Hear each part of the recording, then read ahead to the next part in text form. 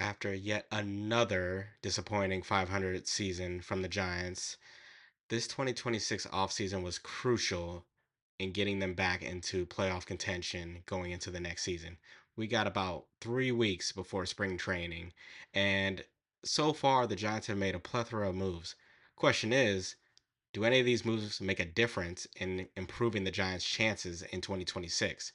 Well, we're going to break down all those moves and potential moves, or a potential move, I should say, they could still make before the season. I'm your host, Darius Lott, and this is Second and King.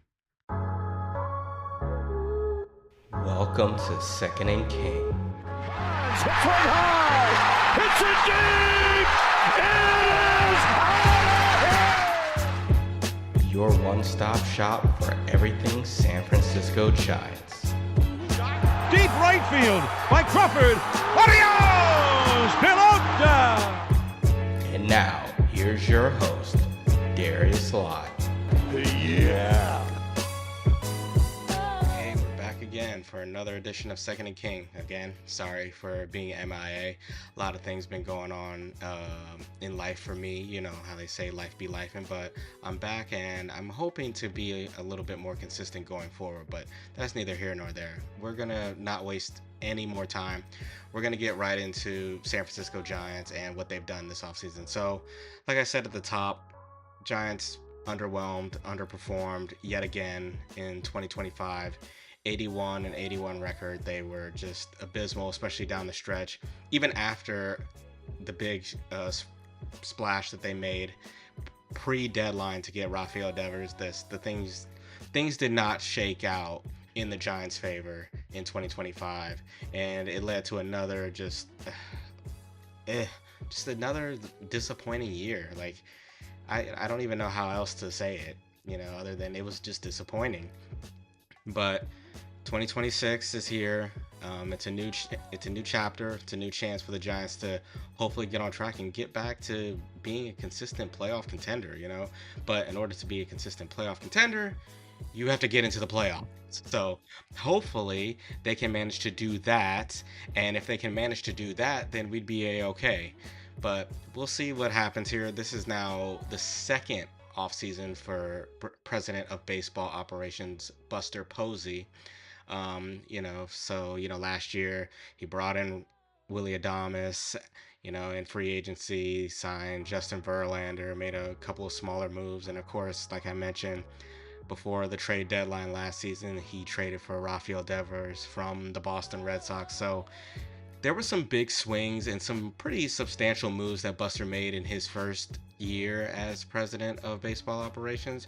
And I talked about how I really liked Buster's initiative and his aggressiveness, to try to make this team better, to push the envelope a little bit. And he's tried many things this offseason to do the same thing, so probably not to the same extent that we would like, in terms of spending money, but I definitely know that Buster Posey is trying to put his best foot forward and improve the team within reason, because I think we as fans often think of, what the Dodgers, Mets, the way they spend big money like that. We kind of like to do that ourselves, but I think the Giants are looking at how they're positioning the team, how they're building up a culture, not just at the big league level, but within the system throughout. They have a lot of young, talented players coming through the system that I think can push the Giants farm system into very well the top, if not the top 10, at least the top 15. And that's going to be an episode on its own, because there is so much good young talent in the Giants organization that the Giants system has been slept on for a while now. That's nothing new, but it's definitely feeling like it now. And I feel like they've gotten better, with the talent they've acquired over the years. So that'll be a later episode that will focus on the Giants farm system, because there was a trade proposition on the table involving a couple of key names in the Giants organization. So we're going to have to definitely talk about that in the next episode for sure. But right now, just focus on free agency, things that pertain to the Giants going into 2026 and the 40-man roster. So this I know I said at the beginning that it was a plethora of moves, like they've been wheeling and dealing. They didn't do that much, honestly, but they've made moves to try to make the team better. And one of the things, the number one things coming out of 2025 for the Giants that they needed to improve was pitching. More specifically, the starting pitching, because it was literally Logan Webb and Robbie Ray, and maybe you could sprinkle in some Landon Roop there, but he dealt with some injuries. Robbie Ray definitely petered out in the second half after having an all-star first half, and Webby was just consistent for the duration of the season. He just put up his the numbers that we expect him to put up. But yeah, at the back end of that rotation, guys like Hayden Birdsong, he struggled with consistency and things like that. Justin Verlander, he just didn't have, he gave us enough, he gave us a bit more than what I was expecting, but it wasn't conducive to helping the Giants win a lot of games, unfortunately. And some of that wasn't even his fault, Some of it went to games he pitched well. It was the bullpen that kind of just let him down. So sadly, that's how that goes. But they knew they had to address pitching, starting pitching specifically. So they kind of went in on it pretty early, but they weren't exactly attacking the high priced starting pitchers. They weren't going after like big names, like the bigger names, I should say, like a Dylan Cease or guys like that. And he got himself a bag from the Toronto Blue Jays, who were trying to get back to the World Series. So it makes sense why they would, push all their chips in to get him. The Giants are not near that. They're still trying to make the postseason. So they were looking at cheaper, more affordable options for the rotation.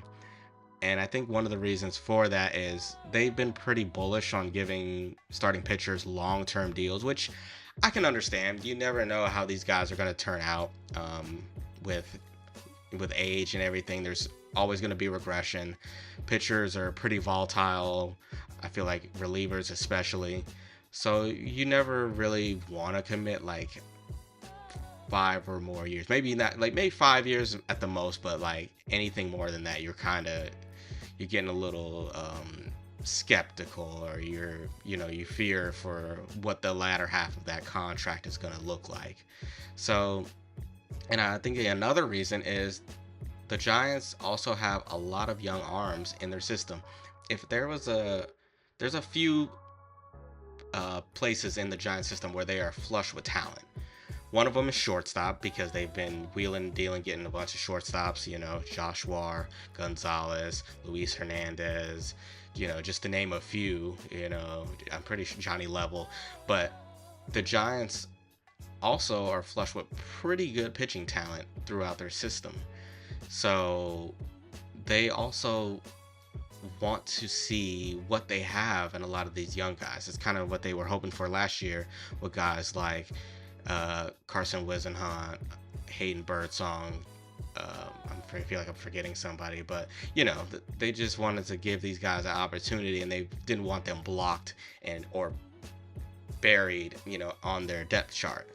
So they looked for cheaper, short-term options, and one of the first ones that they grabbed was right-handed pitcher Adrian Hauser.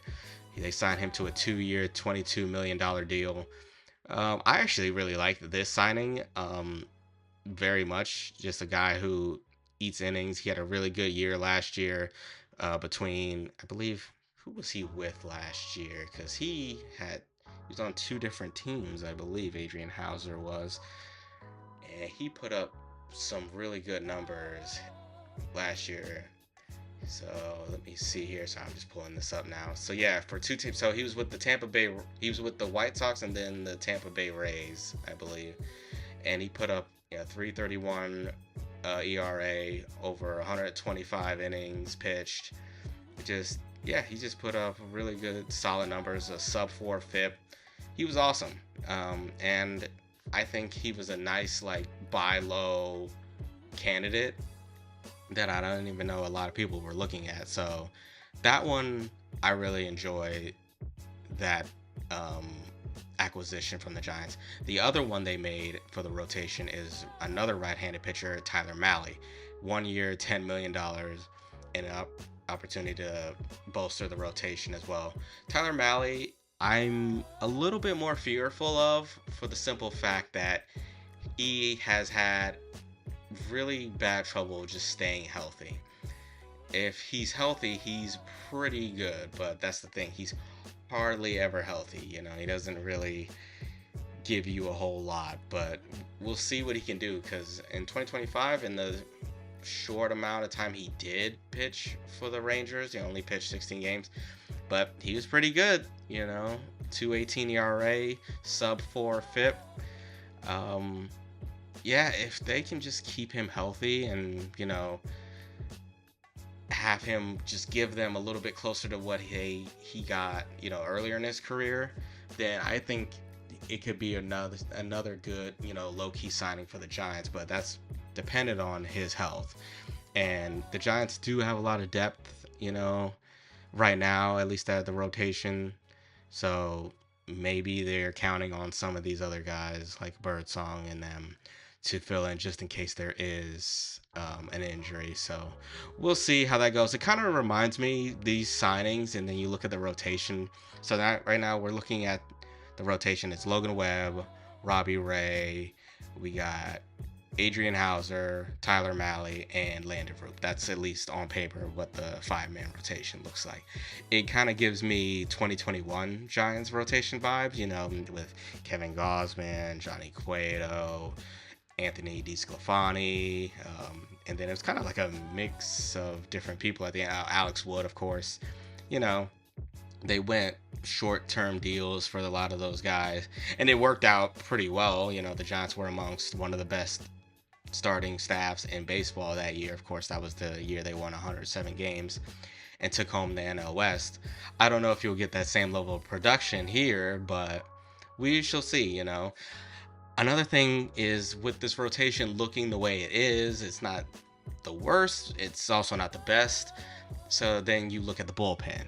And, at the trade deadline, the Giants were out of it and they kind of did a soft sell. They traded off pieces like Tyler Rogers and Camilo Doval from the bullpen.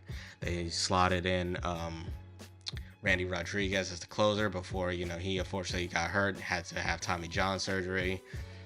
You'll see, we're going to have to wait and see what happens with Ryan Walker. He had a really rough time in 2025 closing out games for the Giants. So you're hoping for a bounce back from him because it looks like he's going to be the closer in 2026. The Giants did not go out and grab any of the high leverage, bullpen arms that were available in free agency. They did not do what I hoped they would do and target like a Devin Williams or guys like that. So again, but they did add to the bullpen. They went after right-handed pitcher Jason Foley and left-handed pitcher Sam Hentges.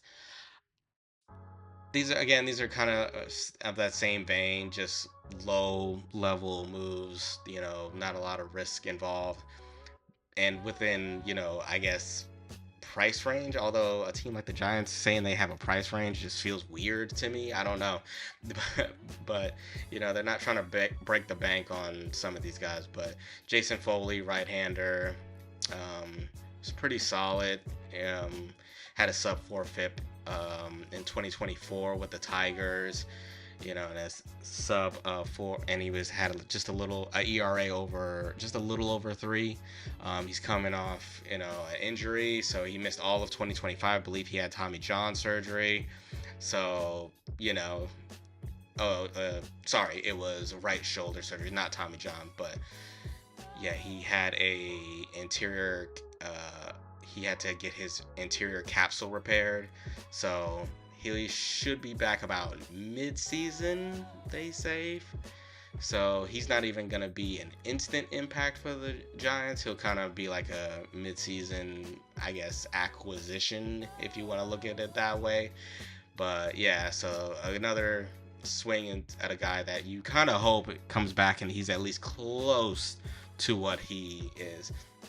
Not exactly the best move, not one that's gonna wow a lot of people. It's probably got, fans looking at the Giants with some side eyes, and I get it. Believe me, I understand. I would too. So that's how that is. As far as Sam Henches goes, this deal I like. He kind of falls into that same category as Foley. Again, injured. He had I believe he was the one. Yeah, okay. So he also, of course, had surgery. He's had a few injuries as well, but he should be back at some point. I think they expect him to be back, if I'm not mistaken, by spring training. So there's that. So the Giants add a lefty to the bullpen. They have quite a few interesting arms in the bullpen and quite a few lefties. So like you got Henches, you got Matt Gage, and you got Eric Miller. So the Giants can come at you a plethora of different ways with these lefty on lefty matchups late in ball games. So that could be, something to look out for the Giants, so they can kind of, when they play the Dodgers, of course, they're going to see guys like Freddie Freeman and Shohei Ohtani. So late in games, if it's close, you can potentially see one of those guys come in there for high leverage situations and get those outs. And Henches has been really good, in his career. A guy who he doesn't throw particularly hard, but he has a lot of like movement on his pitches and things like that. Um, I think it was a curveball or something. It looks really good. It's a quality pitch. Can get guys out with it. So again, if it all shakes out, these guys are healthy, Giants could have themselves some weapons on their hand. So yeah, that's the bullpen right now. Ryan Walker, Eric Miller, Yoel Peguero, Jose Buto, Matt Gage, Spencer Bivens, Sam Henches, and JT Brubaker.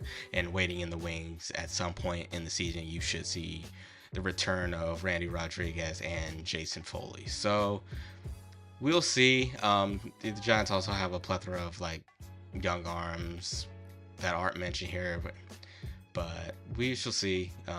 You would like a little bit more in the rotation, but especially if you don't have the strongest bullpen, or if the bullpen in question is a bit of a question mark. But we're gonna have to wait and see with that. Other smaller moves they made. They addressed catcher. They lacked catching depth these last couple years.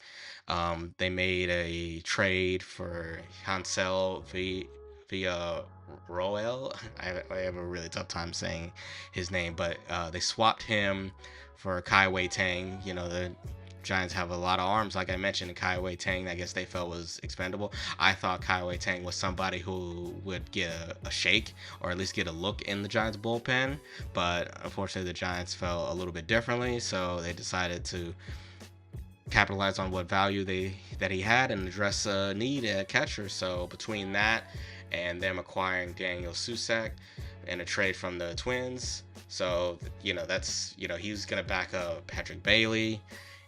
So that's what they're looking at as far as catcher is concerned. Not to mention the young man that they picked up. They picked him up. Jesus Rodriguez. Yeah, they picked him up at the trade deadline in the Camilo Doval trade from the Yankees. So something to look out for in terms of how catcher shakes up for the Giants. If Patrick Bailey can be at least close to league average offensively, this is all moot point. But he has been very, outside of like the last stretch of last year and a couple of clutch moments in 2025, it hasn't been pretty for the should be platinum glover. I'm not gonna get over that. I thought he should have had a platinum glove. They even said on I forget what MLB show it was on the network, but he is the most valuable defensive player in all of baseball, and he wasn't a platinum glover. But I digress. I'll let that go. Moving on. So we talked about those moves, couple of like smaller depth kind of moves.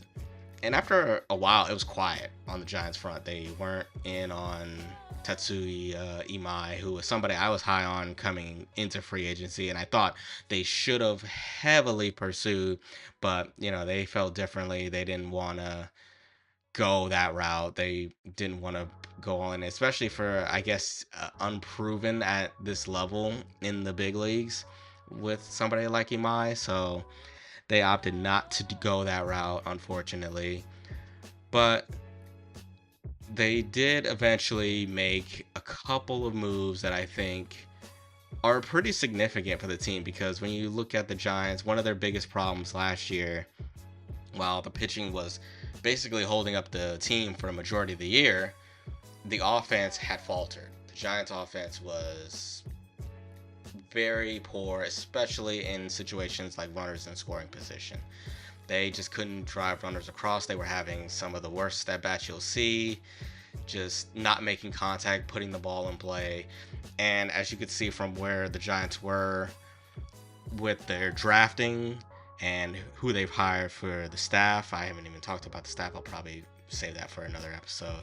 But they want to emphasize contact, putting the ball in play, and not striking out a ton. So, and they want to get back to what made them a contender in the first place during those 2010 days, is pitching and defense.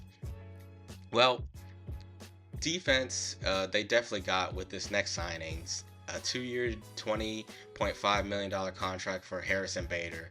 So Giants were pretty poor defensively, at least in the outfield. Like in the infield, they probably were a lot better. Willie Adames was a plus defender. Chapman, he's one of the best, if not the best, third base defender in all of baseball. And even, Rafi Devers at points, he looked really good. For a guy who didn't play first base, he seemed to take to it pretty well. And I have a lot of confidence that he'll be able to hold it down there between him and Eldridge, depending on who gets to start there and who DHs. Still have to figure that out. That's a whole nother thing.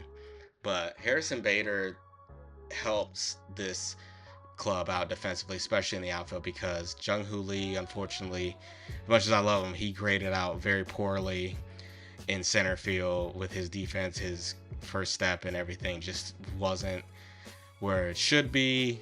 Elliot Ramos, I don't know what happened with him. He is an anomaly to me, because sometimes he'll look like a great defender out there in left, and then other times it'll look like he's never played the position, whether it's lapses in judgment or just not being focused or what. But yeah, it was a bit annoying to watch him at points. And then the best quality outfielder I believe we had last season was Mike Yastrzemski. He graded out, above average in right field. But of course, Yaz was traded at the deadline to the Kansas City Royals. And yeah, we saw the defense. I mean, Logan Gilbert definitely picked it up in this short amount of time he got to play, but Drew Gilbert is not going to be starting every day in right field for the Giants. So he is a fourth outfielder for the Giants. So what this does is this definitely addresses a need that the Giants had. I pull up here, let's see, the Giants center field defensive ranks in 2025. They were 30th in defensive run saves with -18. Outs above average, they were 29th with -4. With Bader, in 81 games in center field that he played last season, he's worth +6 defensive run saves and +3 outs above average. That already makes this a lot better. And I feel like having him in center and then transitioning Jung-Hoo Lee to right field, which isn't, right field at Oracle Park is not like your typical right field. But I do feel like that would his numbers grade out a lot better in right field than they do in center field. So there's possible chance that Jung-Hoo Lee is a better right field, especially with his plus arm.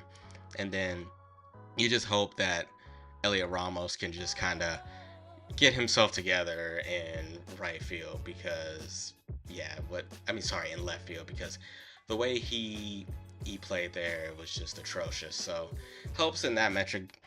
So I think the only thing that you worry or you were concerned about with Harrison Bader is the bat, which is kind of crazy because he had an exceptionally strong year last year.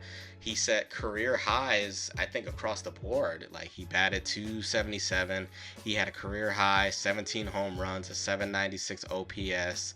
I mentioned his overall, his defense +7 outs above average with an 85th percentile sprint speed, and he was a monster.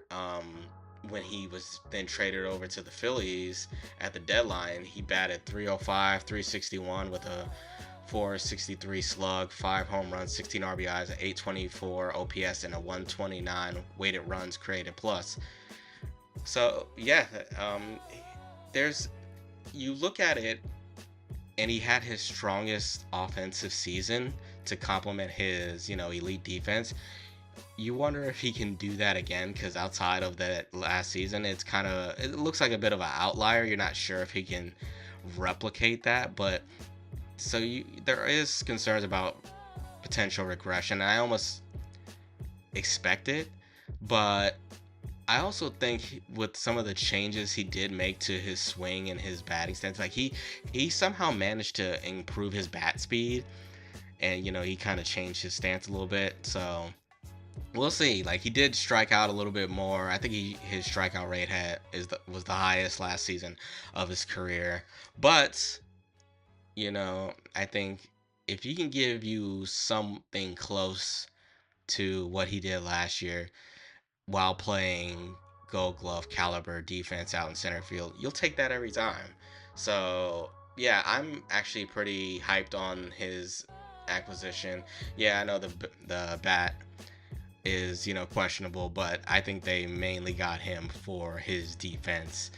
And I think if anything you get from him offensively is a plus at that point. So, that was at that time that was the biggest move that the Giants had made, was getting Harrison Bader, and you weren't sure at that time what else they were going to do. Like, you still look at the rotation, you still have some questions. Hell, even the lineup, you're kind of looking at it, you're like, well, Bader helps, the outfield, but what about the offense? Like, a lot of people weren't exactly sure if Casey Schmidt would be the starting second baseman. I thought he had more than earned the opportunity just to get a look as the everyday second baseman. But apparently, the Giants were looking at upgrades at second base. They were in talks with the Cubs about Nico Horner. They were in talks with the Cardinals about Brandon Donovan. But nothing ever materialized on those fronts. And then, as I'm recording this, as of yesterday, the San Francisco Giants in the evening struck a deal to bring in second baseman Luis Arraez, the former 3-time batting champion, on a 1-year deal worth $12 million to be their everyday second baseman. He apparently had lucrative offers lined up from other teams, multi-year deals, but he opted to sign with the Giants because the Giants said, we would like you to play second base, and that was where he preferred to do. He wanted to play every day at second base. That was his preferred position, and the Giants were the only ones offering him that, so he decided, yeah, I'll sign with the San Francisco Giants. So I don't want to sound like I'm not happy about this deal, because I think with enough time has passed to the point where I'm at least a bit more open to it, because I remember how I felt when I saw the notification last night. I was like, okay, I mean, he can hit, but the thing with Arise, the opposite of what we spoke about with Bader, is he is, how do I say it? The man's a cone on defense, basically. He has graded out as one of the poorest defenders in Major League Baseball, and that is despite him being a absolute, dynamo with the bat. Like, his bat to ball skills are second to none. Hardly strikes out. He doesn't walk a ton, but if you need a ball put in play, if you just need, a base knock or something like that, Luis Arraez, that I can't think of anyone else you'd rather have up there than him. So, yeah, I mean, he can definitely help improve this Giants lineup. He may not help improve the defense, given how badly he grades out defensively, but I think the Giants are more so interested in seeing what he can do for the top of their lineup and potentially what he could do with runners in scoring position. I just pulled up this stat here with runners in scoring position and 2 outs. This is going back to 2022. So 2022 until now, in 249 plate appearances, Arise is batting 332 with a 410 on base, 405 slugging, a weighted runs created plus of 127, just a 2% strikeout rate, an 814 OPS. Like, with that, some critical ABs, and we talked about how poor the Giants were last season with runners in scoring position. I believe they were like middle of the pack. Yeah, they ranked 14th with runners in scoring position. On a 252 team average, and it wasn't ideal for the team going forward. That's why they had such a hard time getting wins, because they just couldn't muster up the hits in key situations. And look, if you look at the top of this list, look who's at it. It's the Dodgers and the Blue Jays, the two teams who just competed in the World Series. So, yeah, if you can, at least get that to where you're at least in the top 10, or at least bumping your head up against the top 10, then we got something going there. So, he definitely helps the dynamic of this lineup for sure, because I think he can definitely give this Giants team a spark at the top of this lineup. Like right now, this isn't, anything concrete, but like Fangraphs has it Arise leading off, followed by Devers, Adames, Chapman, Jung Hoo Lee in the fifth spot. I don't know about that. Ramos hitting sixth, then Bader, then Eldridge, and then Bailey. So I feel like the best scenario would probably be like a Arise, Jung Hoo Lee 1-2 punch at the top of the lineup, especially against right-handed pitching. But we'll see how that goes right there with that. But yeah, I mean, the more that I kind of look at it, I can kind of talk myself into really liking this signing.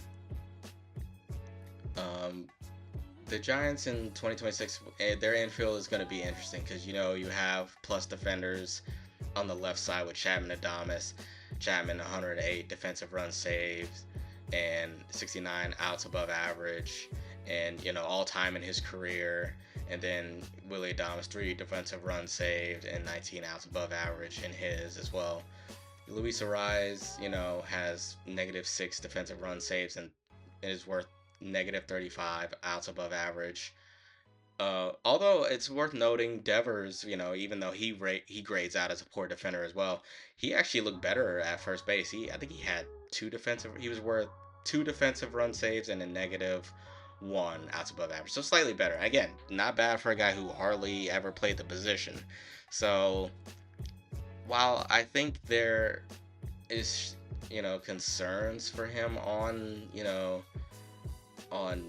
defense, but the upside with the bat, I think, can help the Giants in an area where they just weren't particularly great in, and that's on offense. In key situations, critical at bats, just putting the bat on the ball. Like, that was how the Giants won a lot of their games, a lot of their championships too, in the 2010s, is because they were just able to put the ball in play, and something would happen. Good things happen when you put the ball in play, like they said. And I think with Arise, I don't have it pulled up in front of me now, but even though he's still a poor defender considerably, he still is better at second base than at first base that he played last year. So we'll see how that goes. But 292 average, 8 home runs, 61 RBIs, 104 weighted runs created plus last season. That'll do at the top of the Giants lineup. His contact rate was insane. I think I have this stat here. When there's a list of Giants hitters, and then it's a short list with 90% zone contact percentage. and that's Lamont Wade Jr., Jung Hoo Lee, Dominic Smith, and Luis Matos. Those were the only ones who had a zone contact percentage in the 90s. So, adding, you have Lee, you have Arise, that's going to help that a lot better. And you just hope that the Giants can cut out a lot of the strikeouts and things like that with runners in scoring position and get to a position where this offense has the potential to be dangerous. They have an opportunity to make some noise and make teams sweat a little bit. So he has a low strikeout percentage just over the last 4 years, 4.9% strikeout percentage amongst all qualified hitters. Again, this is stuff that I think can only be beneficial for the Giants. If you have to take, his poor defense into account, if that's something you're just gonna have to deal with, then that's something you're gonna have to deal with. And then and later in the game, if you have to lead, you can swap him out defensively. Casey, now that it's kind of been determined he won't be the everyday second baseman, that they're kind of preparing him for a super utility role, because he can play all over the infield. He even played first base last year, and I don't think prior he played first base.